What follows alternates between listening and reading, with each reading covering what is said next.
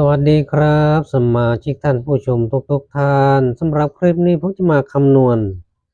สูตร2ตัวล่างตรงนะครับในชุดที่1ให้ชมกันนะครับแต่ก่อนจะมารับชมเรามาดูคำเตือนกันก่อนนะครับ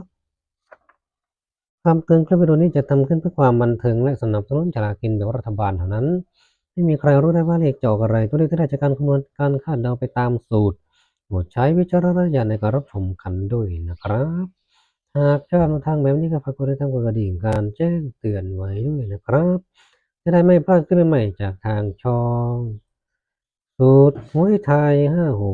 56โชคดีครับต่อไปเราเริ่มคำนวณกันดูนะครับที่หนึ่งของเราล่างตรงนะครับงวดที่แล้วล่างตรงของเราใช้สูตรเดิมนะครับสูตรที่เดินต่องวดที่แล้ว A1 ผมใช้ A1 A3 นะครับกับ B2 เพิ่งเข้า8เนาะ8 8 8มา4สูตรแต่ผมเลือกมา3สูตรนะวันนี้หลัก10 8แล้วก็หลักหน่วย3สูตร5 5 5นะครับจะติด5เอาอย่างละ3สูตรที่ไม่เดินสูตรที่ไม่เดินพักงานนะครับนี่คือสูตรที่เดินในงวดที่แล้วนะ A1 A3 B2 หลัก10หลักหน่วยหลักหน่วยจะไป4สูตร A1 C1 D1 D2 บวก D4 แล้วมาดูที่มาของตัวเลขกันนะครับใครติดตามอยู่ตลอดก็จะเห็นอยู่นะครับที่มาของตัวเลขสูตร A1 นะครับ A1 ผมใช้ตัวนี้เนาะ A1 มี4สูตรนะครับคัดออกไป1สูตร A2 เหลืออยู่ A1 นะครับงวดที่แล้วเข้าอยู่ A1 กับ A3 A4 หลุดแล้วพักงานไป2 3 4 5 6 7 9 0 2 4 6 7 9 0 A3 9 0 1 2 3 4 6 9 0 1 2 3 4 6นั่นเองนะครับงวดที่เดินมาในงวดที่แล้วนั่นเองนะที่มาของสูตรD2นะครับสูตร C นี่หลุดนะ1งวดกินพักงานนะครับงวดที่แล้วพักงานสูตร D นี่คือสูตร D นะครับสูตร D2 คือสูตรนี้7 8 9 0 1 3 5ที่หลุดก็อาจจะเข้ามาได้นั่นเองนะครับที่ไม่เคยหลุดก็อาจจะหลุดได้นั่นเองผมเลือกมาสูตรนี้นะดี2สูตรมั่นใจสูตรนี้มากกว่านะเลือกมาสัก1สูตรแต่เขาเข้ามาทั้ง2สูตรผมจะเลือกนะจะเลือกไปใช้สูตรใดสูตรหนึ่งก็ได้ตามใจชอบหรือทั้ง2ก็ได้นะผมเลือกเป็น1สูตรนั่นเอง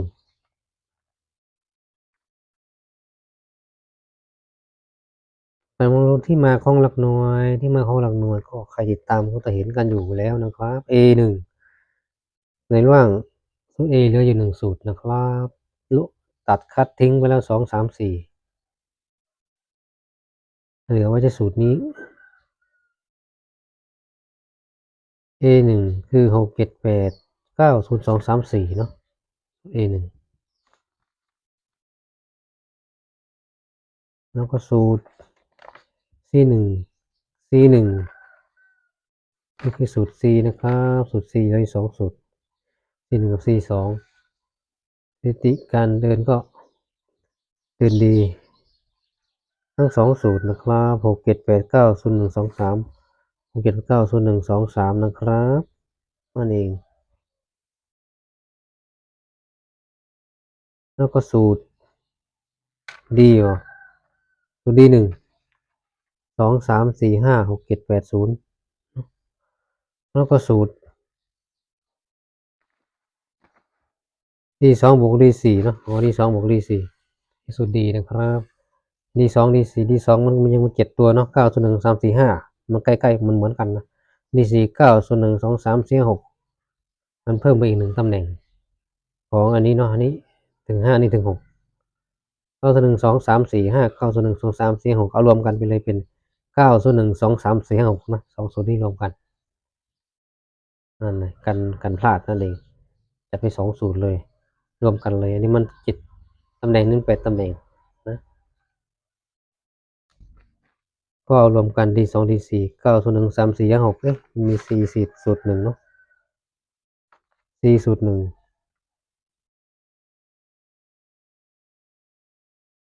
5 6 7 8 9 3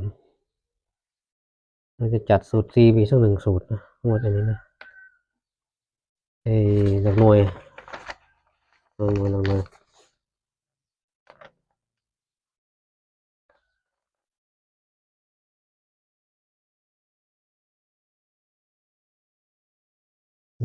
ไม่ต้องเอาแค่นี้ก็พอนะครับแต่ละสูตรก็เดินมาแล้วทั้งนั้นนะครับแต่ละสูตรเดินมางวดที่แล้วยังนั่นเองนี่ก็เข้ามางวดที่แล้วยังเข้างวดที่แล้วทั้งหมดนะครับจะเรียกไป1สูตร2สูตร3สูตรก็ได้ตามใจชอบเลยนะครับวันนี้ผมเรียกมาตามนี้เนาะมาดูเทียบชนกันนะครับหลัก10ล่างนะครับ3สูตรชนกัน0 2 3 5 9นี่0 2 3 5 9 0 2 3 5 9 0 2 3 5 9วัดใจไปที่3สูตรเลยนะครับหลักหน่วยวัดใจไปที่4สูตรนี้นะครับ4สูตรนี้ส่วน4สูตรคือ0 2 3 6นะครับ0 2 3 6 0 2 3 6 0 2 3 6 0 2 3 6นี่4แถวคือ4สูตรวัดใจคือเด่นสุดเดี๋ยวมาจับคู่กันนะครับนี่คือ10ล่างตัวชนเด่นหน่วยล่างตัวชนก็เอา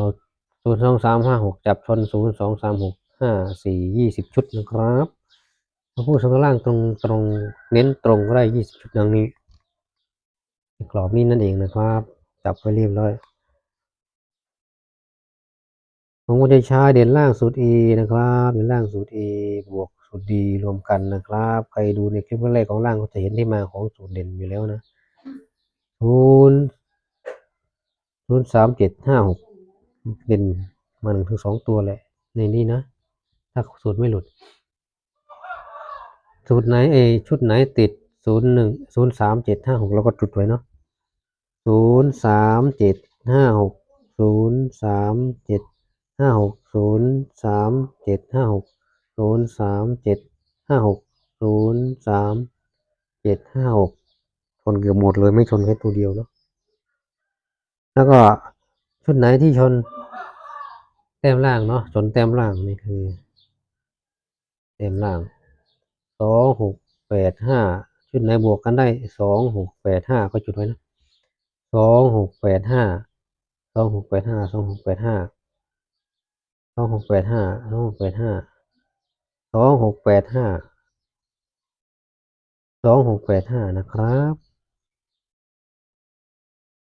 นั่นเองจุดเด่นอยู่ในวงกลมนะครับชนกัน